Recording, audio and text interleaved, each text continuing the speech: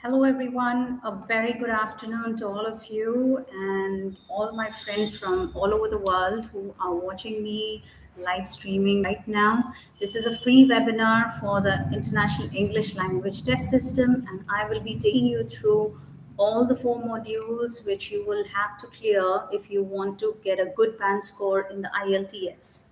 So now I'm going to share the slides. Please pay attention. So, firstly, I'd like to introduce myself. I am Dr. Iman. I'm the managing director of Soft Skills MD, an institute which functions online to help students across the world crack the IELTS. And we provide various kinds of courses like the occupational English test. We train for the Pearson's test in English as well as for CELPIP. I also train for hospital administration and for helping dentists across the world understand clinical management. So let's get started with the free webinar today. The International English Language Test System is basically conducted by two general bodies, the British Council as well as the IDP in India. And there are respective companies that hold these exams in every country. So it's specific depending on the region. These examinations are conducted in either online as well as in any public venue, in any auditoriums or hotels, wherever they find a good infrastructure and a good support system, because there cannot be any compromise on the audio as well as the seating arrangement. Next, there are different types of IELTS exams. You have the general IELTS for the work permit for English speaking countries, and followed by the academic IELTS for study purposes and for candidates who are going abroad with a study visa, followed by the UKVI, which is for the visas and immigration process. The whole exam is divided into four modules for which they'll be testing you. That is the listening, reading, writing, and speaking. Coming to the first part of the IELTS exam, which is a listening test. This is conducted for 40 minutes, and the audios are played for the first 30 minutes, and you will be getting 10 minutes extra to enter your answers into the answers booklet. There are four sections. Each section will have 10 questions, and there are about 40 questions in total. You will be provided with a separate question bank and an answer sheet to enter your answers. The hall or the place where you give the exam is well equipped with good microphones and headsets so that you can do your listening as accurately as possible. Moving on to the second module, you have the read to four passages and answer about 40 questions. You have There are 6 to 7 patterns of questions, and the answer should be.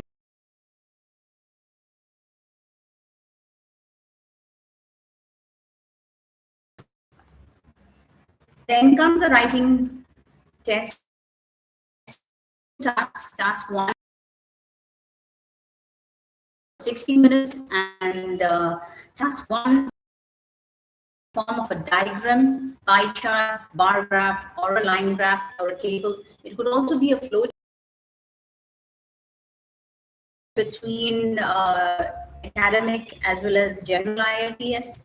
When it comes to the general IELTS, task 1 is usually a letter, which is a formal or informal letter. Moving on, you have the task 2, which is the same for both general as well as academic IELTS. Here you will be given 40 minutes, wherein you will have to write an essay for 250 to 300 words.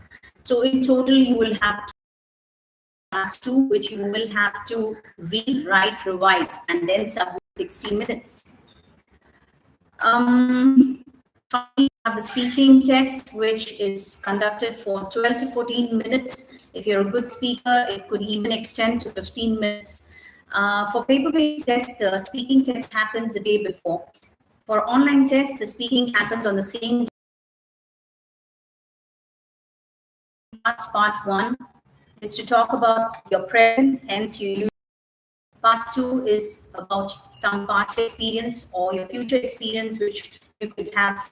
And part three is an extension of part two. So you will be having various kinds of questions that are related to part one. Moving on, you have different kinds of scenarios wherein you will be questioned about. So it's always better to keep reading on different kinds of topics, general topics related to education, health, monetization or finance, or different kinds of topics can be asked. What do the examiners mark you for? Generally, in writing, they mark you for your task achievement. You're supposed to answer the question pin to piano, understand the question A to Z, segregate it into various parts and answer each part. So if you miss out on any part, you might lose out marks. Second is the lexical resources. You're supposed to use advanced vocabulary as much as you understand. But however, they appreciate it if you use simple words with deep understanding. Next comes coherence and cohesion. So whatever they have been asked and whatever the question has asked you to do, you're supposed to do that. Cohesion, you're supposed to organize your paragraphs in a manner that people can relate to your writing. And then you have the grammatical resources where you have to use various kinds of teaching you during the course. For speaking, they check on the related vocabulary as well as the fluency. Your body language is also taken into consideration. If you are kind of nervous, that means you are not an advanced English speaker. You're just speaking for the sake of the exam. So your marks may go down. You're just supposed to be, cool, and you're supposed to take up the speaking test. It's quite ephemeral to hear people give different feedbacks as to how to score well in the IELTS, like watch English movies or read books or develop different kinds of writing style. However, in the soft skills MD, the academy, we knew exactly to score a band score of 8 or 9 based on what is required and how exactly the examiners are going to look at your papers, how exactly they're going to perceive your answers. This is what we take you through. So you will have a realistic approach once you join our course. Well, when it comes to listening, you have different kinds of questions. You have fill in the blanks, wherein you will have to, underline the keywords, and the keywords might be paraphrased. There is a way to look at it. So it's always better to read the question before the audio starts. And then you have short answer multiple type questions. You have long answer multiple type questions, multi-choice questions. You have questions like fill in a form, uh, and you're supposed to match the question to what is being told in the audio. And you also have a fill-in section where you will need to understand how to enter the rough answers in part 4, because it is a lecture and it is quite extensive for you to understand in one go. So it's always better to work out your answers before the audio starts. Give some dummy answers. That's what I call it, dummy answers. Yeah. And then you have map questions where you will have to listen to the audio and you will have to mark where the directions are. It could be a hospital, it could be a scenario of a library or a small piece of residential area. Then you have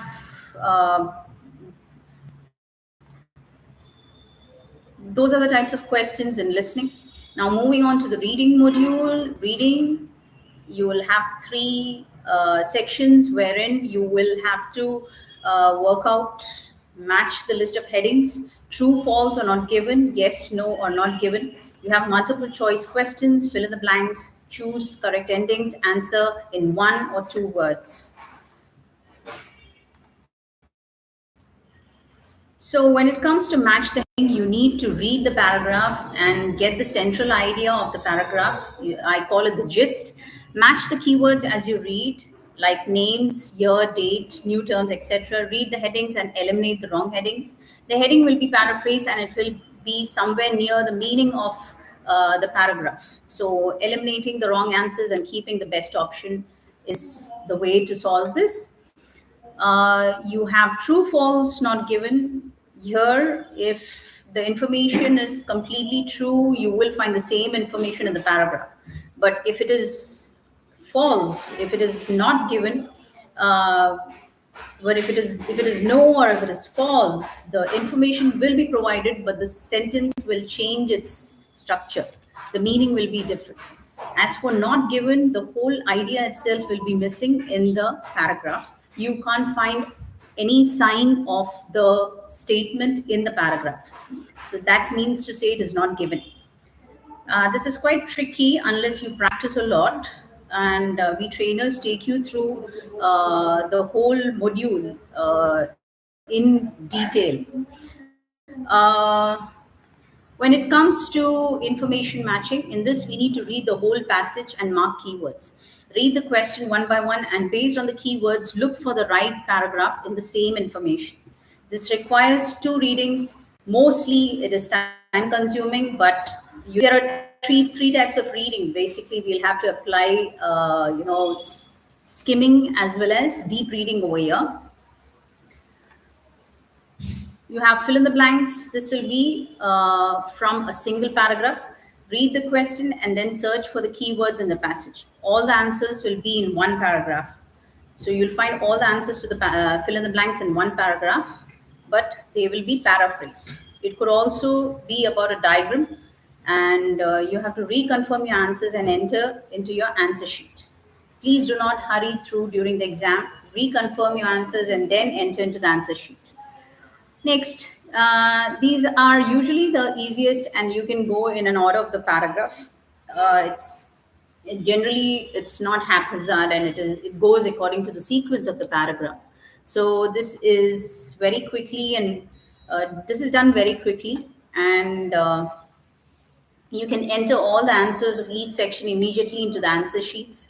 And most students don't find to time in the reading section, so you're supposed to manage your time very well in the reading test. And this actually drains you out, so you will still have to conserve your energy to do the writing. What do the examiners look for in writing tasks? As I said earlier, you have to do task achievement. You need to have coherence and cohesion. You need to follow the lexical resources, and the grammatical resources should be grammatical accuracy should be attained. Okay, so this is the standard format, the rubrics which the examiners follow when it comes to marking your writing tasks.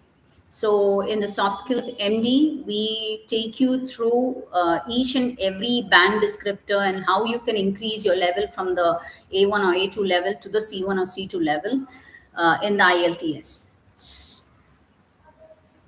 There is not much of a difference in the general IELTS, except that the reading is more elaborate. It's more extensive when it comes to general IELTS. The articles are selected from some newspapers, magazines, articles.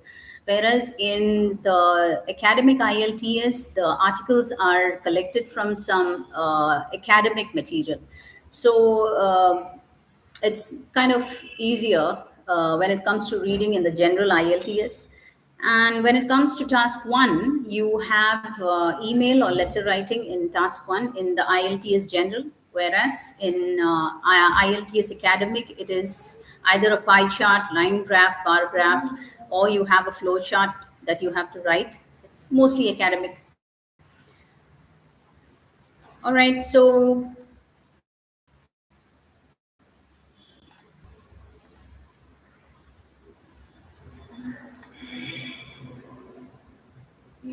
So, important points for formal letter writing, I'd like to say is that do not use contractions in the sense, don't use an apostrophe everywhere that you get. For example, if it is isn't it, so you just have to write is it is not.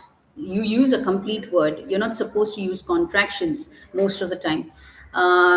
Colloquialism are employed less frequently.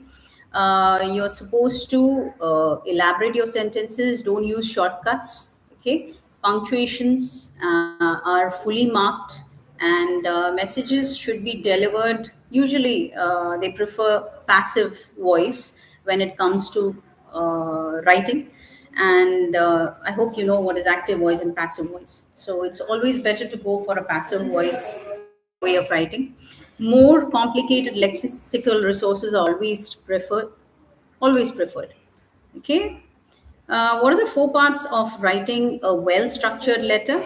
First, you have to write the statement of purpose. Next, situational details and statement of request, and then the farewell, which I'll be taking you through during the course. Okay, so with that, we come to the end of this. Thank you so much.